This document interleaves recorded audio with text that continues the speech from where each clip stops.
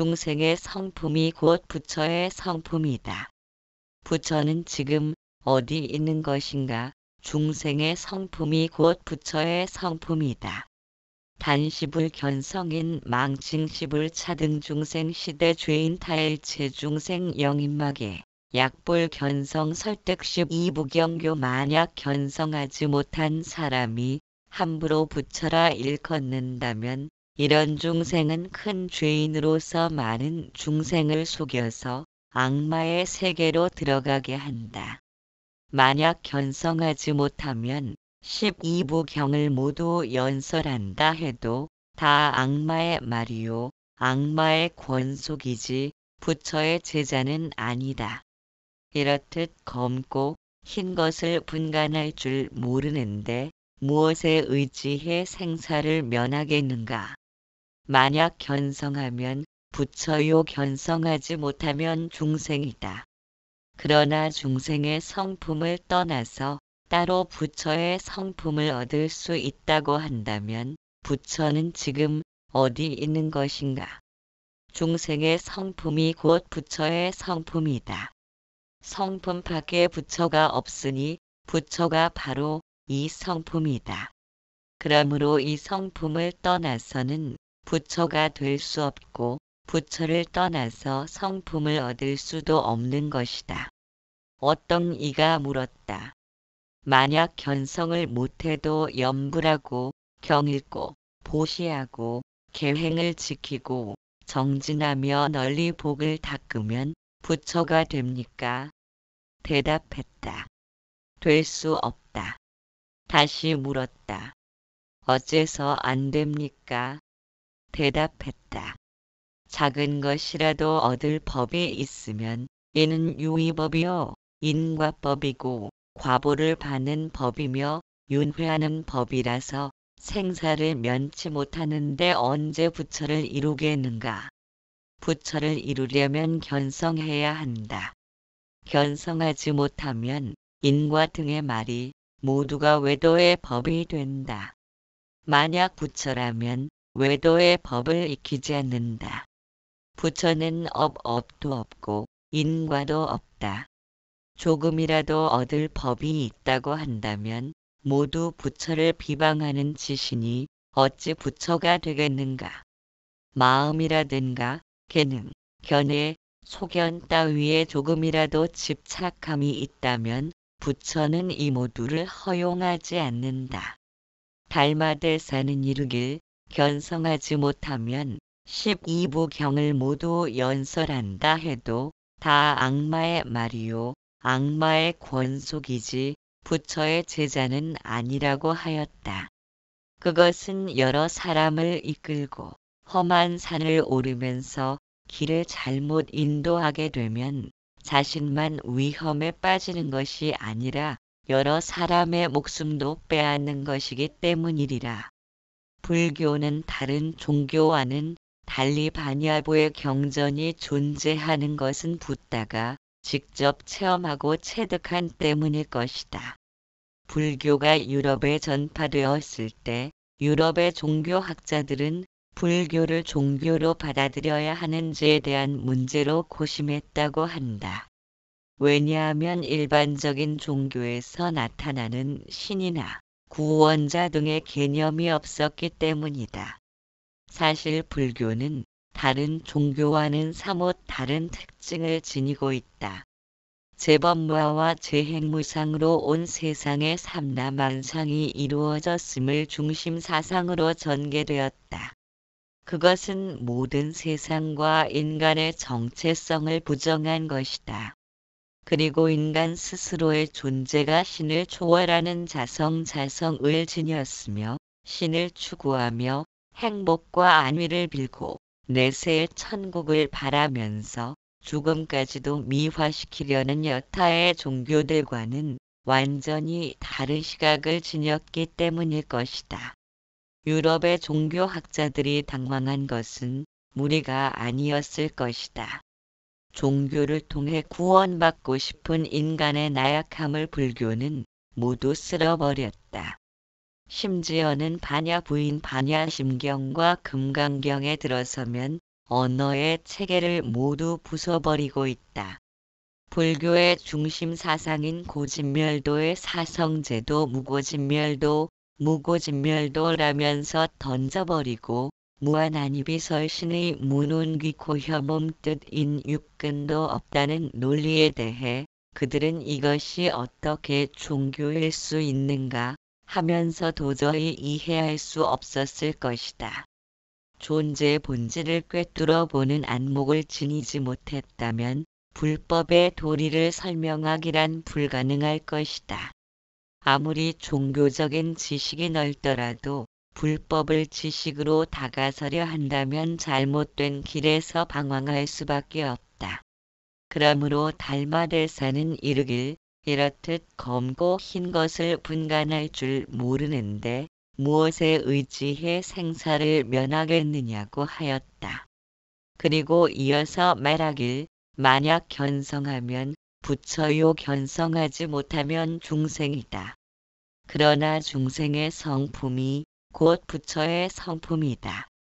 성품 밖에 부처가 없으니 부처가 바로 이 성품이다. 그러므로 이 성품을 떠나서는 부처가 될 수 없고 부처를 떠나서 성품을 얻을 수도 없는 것이다. 라고 하였다. 이 말은 앞서 말씀한 마음이 부처이며 부처가 마음이라는 것과 같은 맥락인데 마음을 성품으로 바꾸어 사용하고 있다. 성품은 마음이 될지언정 마음은 성품이 될 수 없다. 왜냐하면 우리는 마음이라 하면 생멸심을 떠올리는 탓이리라. 불교는 믿음의 종교가 아니라 이해의 종교이다. 붓다는 누누히 제자들에게 말하길 너희들은 내가 한 말이라고 해서 이해함 없이 받아들여서는 안 된다. 이해가 되지 않으면 나에게 묻거나 다른 도반에게 물어서라도 그 뜻을 반드시 이해하고 넘어가야 한다고 하였다. 따라서 불법을 받아들이려면 네 단계를 거쳐야 하는데 그것이 신의행증이다. 첫 번째, 신이란 성품이 부처이며 부처가 곧 성품이라는 사실을 믿어야 한다. 그러므로 불교는 부처님을 믿는 종교가 아니라 내가 부처가 되는 것이다. 그러한 확고한 믿음을 통해 어째서 내가 부처인가를 이해할 수 있어야 한다. 그것이 둘째인 이해의 단계이며 세 번째로는 행의 단계로서 믿음과 이해를 통해 실천할 수 있어야 한다. 그럼으로써 네 번째인 부처를 증득하는 경지에 이르는 것이다. 달마대사께 어떤 이가 물었다. 만약 견성을 못해도 염불하고 경읽고 보시하고 계행을 지키고 정진하며 널리 복을 닦으면 부처가 됩니까? 대답했다. 될 수 없다. 다시 물었다. 어째서 안 됩니까? 달마대사가 대답하기를 작은 것이라도 얻을 법이 있으면 이는 유의법이요 인과법이고 윤회하는 법이라서 생사를 면치 못하는데 언제 부처를 이루겠는가? 부처를 이루려면 견성해야 한다. 견성하지 못하면 인과 등의 말이 모두가 외도의 법이 되기 때문이라고 하였다. 어느 날 마조대사를 찾아온 학생이 물었다. 도 닦는다는 것은 어떤 것입니까? 마조대사가 답했다. 도는 닦는 것에 속하지 않는다. 만약 닦아서 얻는다고 한다면 닦아서 이루어지는 것은 다시 부서지니 곧 성문과 같으며 만약 닦지 않는다고 한다면 곧 범부와 같다. 그 학생이 다시 물었다. 어떤 견해를 지어야 도에 통달할 수 있습니까? 자성은 본래부터 완전하여 모자람이 없다. 자성 본래 구족 그러므로 다만 선이니 악이니 하는 일에 막히지 않기만 하면 도 닦는 사람이라 할 것이다. 만일 선에 머물고 악을 제거하며 공을 관하고 선정에 들어가는 것 등은 곧 자귀적인 조작에 속한다. 다시 밖으로 치달려 구한다면 더욱더 멀어질 뿐이니 다만 삼계를 헤아리는 마음이 없도록 하여라. 한 생각 망령된 마음이 곧 삼계에서 나고 죽는 바탕이 되니 다만 한 생각만 없다면 곧 생사의 근본을 없애는 것이며 이것이 바로 법왕의 위없는 보물을 얻는 것이다. 라고 하였다. 달마대사는 말하길 만약 부처라면 외도의 법을 익히지 않는다. 부처는 업도 없고 인과도 없다. 조금이라도 얻을 법이 있다고 한다면 모두 부처를 비방하는 짓이니 어찌 부처가 되겠는가. 마음이라든가 견해, 소견 따위에 조금이라도 집착함이 있다면 부처는 이 모두를 허용하지 않는다. 5. 부처는 개 지닐 것도 없고 선악도 없다. 부처는 개 지닐 것도 없고 닦을 선도 없고 지을 악도 없다. 불무범지 심성본공 역비구 정제법 무수무증 무인묵과 불벌지계 불불수선 불벌조악 부처는 계율 따위를 범할 것도 지킬 것도 없다. 심성 이 본래 비었으므로 더럽다거나 깨끗한 법도 없고 닦을 것도 증득할 것도 없고 원인도 결과도 없다. 부처는 개를 지닐 것도 없고 닦을 선도 없고 지을 악도 없고 정진할 것도 없고 게으름도 없다. 부처는 조작함이 없는 사람이므로 만약 집착하는 마음이 있다면 부처는 이를 허락하지 않는다. 그러므로 부처라 하면 이는 부처가 아니니 부처라는 견해를 짓지 말아야 한다. 만약 이러한 뜻을 알지 못하면 언제 어디에서나 본심을 알 수 없다. 견성도 못했으면서 항상 조작함이 없다는 생각을 한다면 큰 죄인이며 어리석은 사람이다. 이는 무기공 이도저도 아닌 공에 빠진 것으로 캄캄함이 마치 취한 사람 같아서 좋고 나쁨을 분간조차 못한다. 만약 조작됨이 없는 법을 닦으려 한다면 먼저 견성한 뒤에 모든 인연법을 쉬어야 한다. 견성하지 못하고 불도를 이룬다는 것은 있을 수 없다. 어떤 사람이 인과를 무시하고 온갖 못된 짓을 하면서 본래 비었으므로 악한 짓을 해도 허물이 없다. 하며 헛소리를 한다면 이런 이는 무간지옥 흑암지옥에 떨어져 영원히 벗어날 길이 없다. 그러나 지혜로운 사람은 이런 견해를 내지 않는다. 어떤 이가 물었다. 만일 모든 행위와 시간이 모두 본심의 작용에 의해서 이루어진다면 육신이 죽을 때엔 어째서 그 마음이 보이지 않습니까? 대사가 대답했다. 본심이 항상 눈앞에 나타나 있으나 그대가 보지 못할 뿐이다. 그가 묻기를 마음이 있어 볼 수 있다면 어째서 보이지 않습니까? 대사가 다시 물었다. 그대는 꿈을 꾼 적이 있는가? 대답했다. 네, 있습니다. 대사가 말하길 부처는 계율 따위를 범할 것도 지킬 것도 없다. 심성 이 본래 비었으므로 원인도 결과도 없으며 부처는 개를 지닐 것도 없고 닦을 선도 없고 지을 악도 없으니 부처는 조작함이 없는 사람이기 때문이라고 하였다. 조작함이 있다는 것은 하고자 하는 바가 있다는 뜻이다. 하고자 하는 바란 취사 선택의 의도를 일으키는 것이며 그러기 위해서는 과거의 이미지와 비교하면서 좋고 나쁨을 판단하고 있다. 그러므로 마음은 늘 바쁘게 움직이면서 생겨나고 변하고 소멸하는 과정을 끝없이 반복하고 있다. 이것이 우리가 마음이라고 일컫는 생멸심이다. 부처란 생멸심이 소멸된 자리이다. 그러므로 생각이 쉬고 마음이 사라진 상태이다.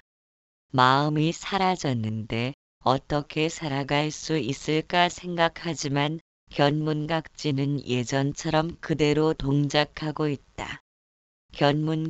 견문각지란 보고 듣고 깨닫고 아는 육근의 성품이다. 모든 생명체는 견문각지가 있으므로 생존할 수 있으며 견은 눈으로 보고 문은 귀로 듣고 각이란 접촉하여 깨닫는 것으로 코와 혀와 피부는 다임을 통해 냄새와 맛과 감촉을 느낀다. 그리고 지질한 의근을 통해 오관이 받아들인 정보를 분석하고 알을 일으킨다. 날벌레라 할지라도 견문각지를 사용하면서 위협으로부터 피신하기도 하고 먹이를 구해 생명을 보존하고 있다. 그러므로 견문각지만으로는 고통이 생겨나지 않는다. 단지 환경에 순응하면서 지내기 때문이다. 영리한 개도 주인을 보면 꼬리를 흔들고 반갑고 기쁨을 느끼며 주인이 눈에 보이지 않으면 잠시 동안은 슬픈 듯 하다가 곧 잊어버리기 일쑤이다. 힘들고 고통스럽다고 해서 높은 곳에서 뛰어내리거나 물에 빠져 목숨을 버리지는 못한다. 동물에게는 언어가 없기 때문에 슬픔을 붙잡아 둘 매개체가 없으므로 눈에 보이면 좋고 눈에서 멀어지면 싫은 내색을 해도 잠시 후면 잊어버릴 수 있다. 그런데 인간은 언어가 있으므로 과거의 경험을 붙잡아 둘 수 있다. 이름을 떠올리면서 얼굴을 기억해내고 과거의 경험을 붙잡아 둘 수 있다. 언어는 인간을 지구상에서 가장 강력한 위치로 자리 잡았고 하루가 다르게 눈부신 발전을 이룩하고 있다. 그러나 그 대가로 고통을 몸에 붙이고 살아가야 한다. 이것과 저것을 비교하면서 취사의 의도를 지녔다는 것은 성취와 좌절을 오르내리기 때문이다. 원하는 것을 손에 넣었을 때에는 성취감을 느끼다가 내 것을 빼앗기거나 취하지 못했을 때에는 좌절을 경험한다. 성취와 좌절의 반복이 고통을 낳는 것이다. 부처는 비교와 의도를 일으키는 마음이 소멸되었기 때문에 어떠한 견해를 짓지 않는다. 그래서 붓다는 제자들에게 이르길 부처는 생각해서 말하지 않는다. 그러므로 내가 45년간을 설했지만 실은 단 한마디도 설한 바 없다고 하였다. 심지어 금강경에서는 열애를 가고 오고 앉고 눕는다고 말하는 사람은 내 가르침의 뜻을 이해하지 못한 사람이라고 하였다. 어째서인가? 열애는 어디로부터 오지도 않으며 어느 곳으로도 가지 않기 때문이라고 하였다. 오고감이 없다는 것은 늘 그대로 변함없이 한결같은 것이다. 오고감이 없이 존재하는 그것은 허공과 같다. 허공은 허공 아님이 없으므로 이쪽 저쪽을 왕래할 필요가 없다. 또한 늘 그대로 존재한다는 것은 생멸 변화가 없으며 생긴 적도 없고 소멸하지도 않는다. 그러므로 오늘은 있다가 내일은 사라지는 그런 존재가 아니다. 대사는 말한다. 그러므로 부처라 하면 이는 부처가 아니니 부처라는 견해를 짓지 말아야 한다. 만약 이러한 뜻을 알지 못하면 언제 어디에서나 본심을 알 수 없다. 고 하였다. 견해를 짓는다는 것은 이것이 부처라 한다거나 혹은 저것은 부처가 아니라는 생각을 내는 것이다. 그러나 허공은 온통 허공뿐이니 달리 생각할 그 무엇도 없다. 산하 대지가 있고 삼라만상이 제각각 존재하는 것 같아도 그것들은 모두 허공에서 생겨난 구름과 같은 존재이다. 이것과 저것이 달라야 좋고 나쁜 것도 비교하며 좋은 것은 취하고 싫은 것은 떨칠 수 있지만 온통 허공뿐이니 견해를 지을 무언가가 존재하지 않는다. 대사가 이어 말하기를 만약 조작됨이 없는 법을 닦으려 한다면 먼저 견성한 뒤에 모든 인연법을 쉬어야 한다. 견성하지 못하고 불도를 이룬다는 것은 있을 수 없는 일이라고 하였다.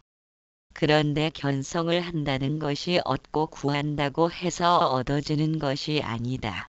오직 얻고 구하려는 견해를 비우고 하고자 하는 마음을 쉬어야 다가설 수 있는 길이다. 대사가 본심인 성품에 대해 말하자 어떤 이가 물었다. 만일 모든 행위와 시간이 모두 본심의 작용에 의해서 이루어진다면 육신이 죽을 때엔 어째서 그 마음이 보이지 않습니까?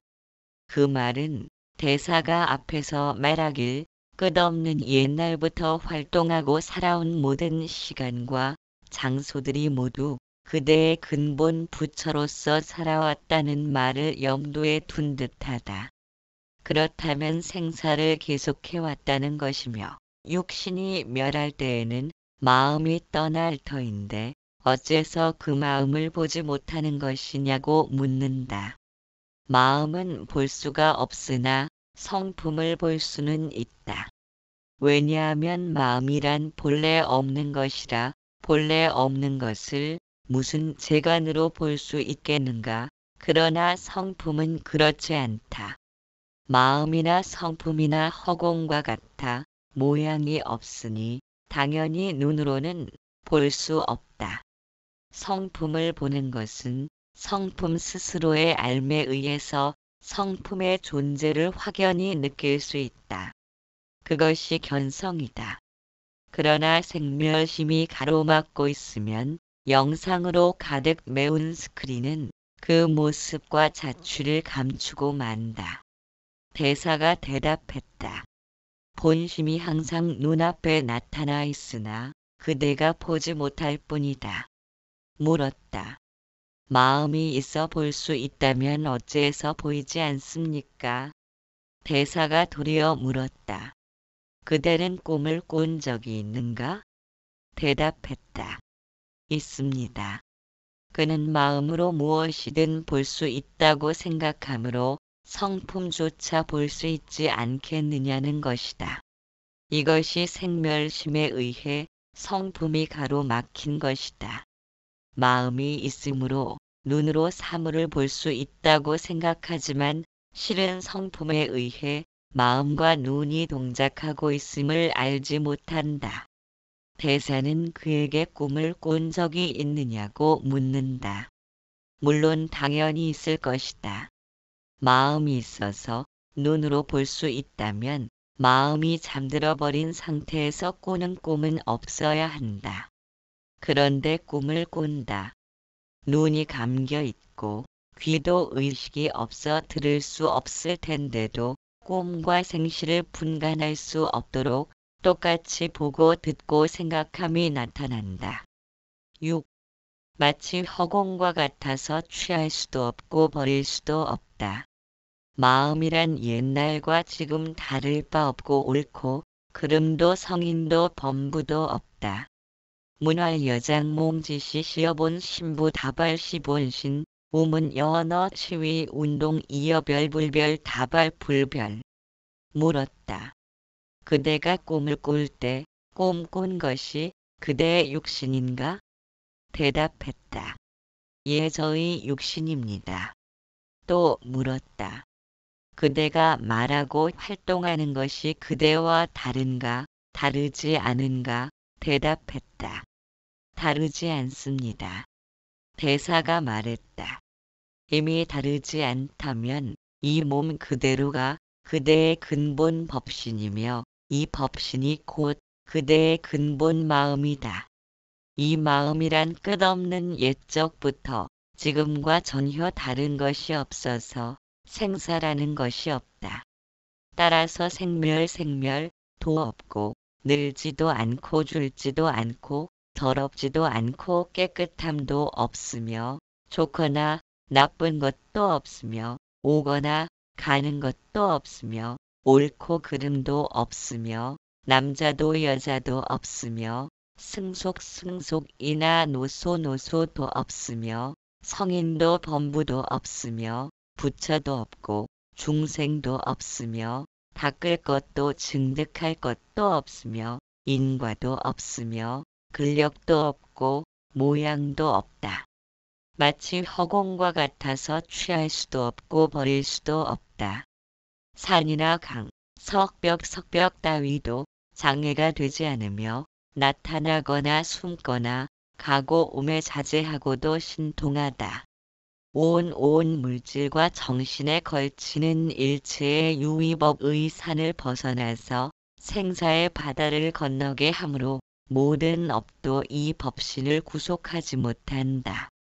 이 마음은 미묘해서 보기 어렵고 이 마음은 물질의 모습과는 같지 않으며 이 마음은 곧 부처이다.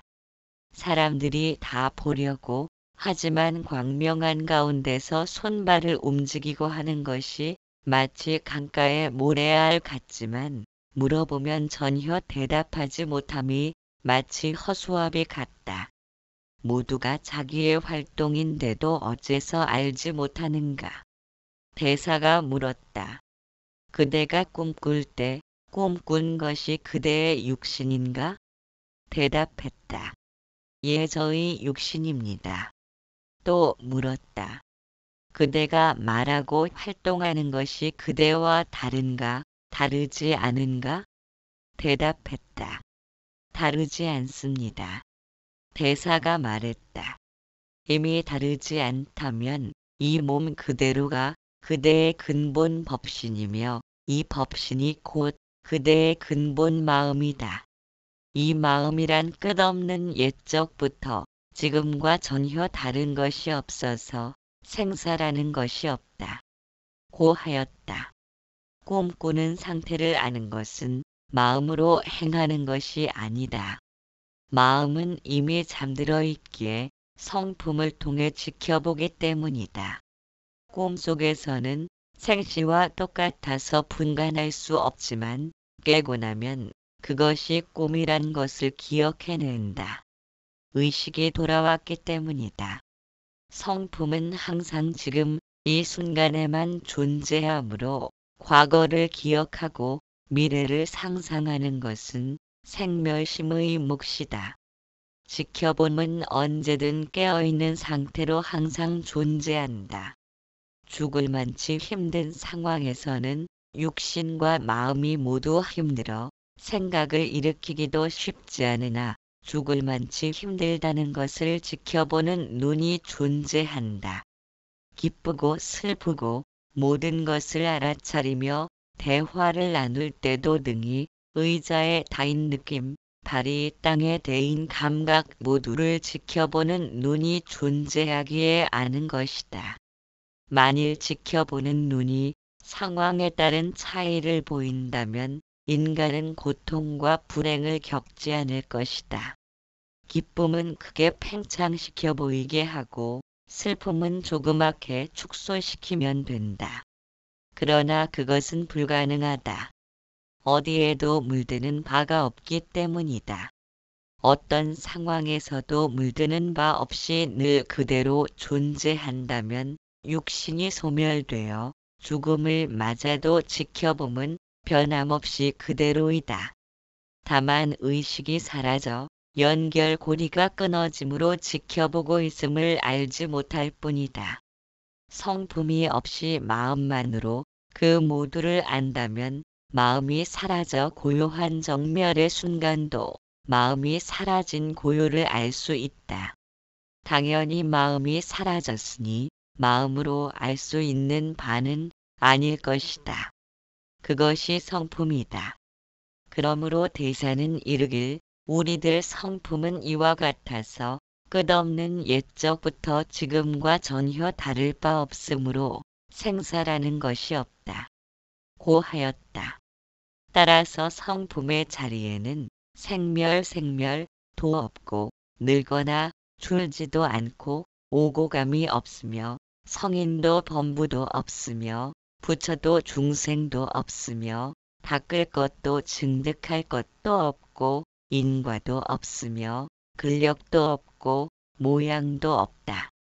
마치 허공과 같아서 취할 수도 없고 버릴 수도 없다. 나타나거나 숨거나 가고 오매 자제하고도 신통하다. 일체의 유의법을 초월하고 생사의 바다를 건너게 하므로 모든 업도 이 법신을 구속하지 못한다고 하였다. 대사가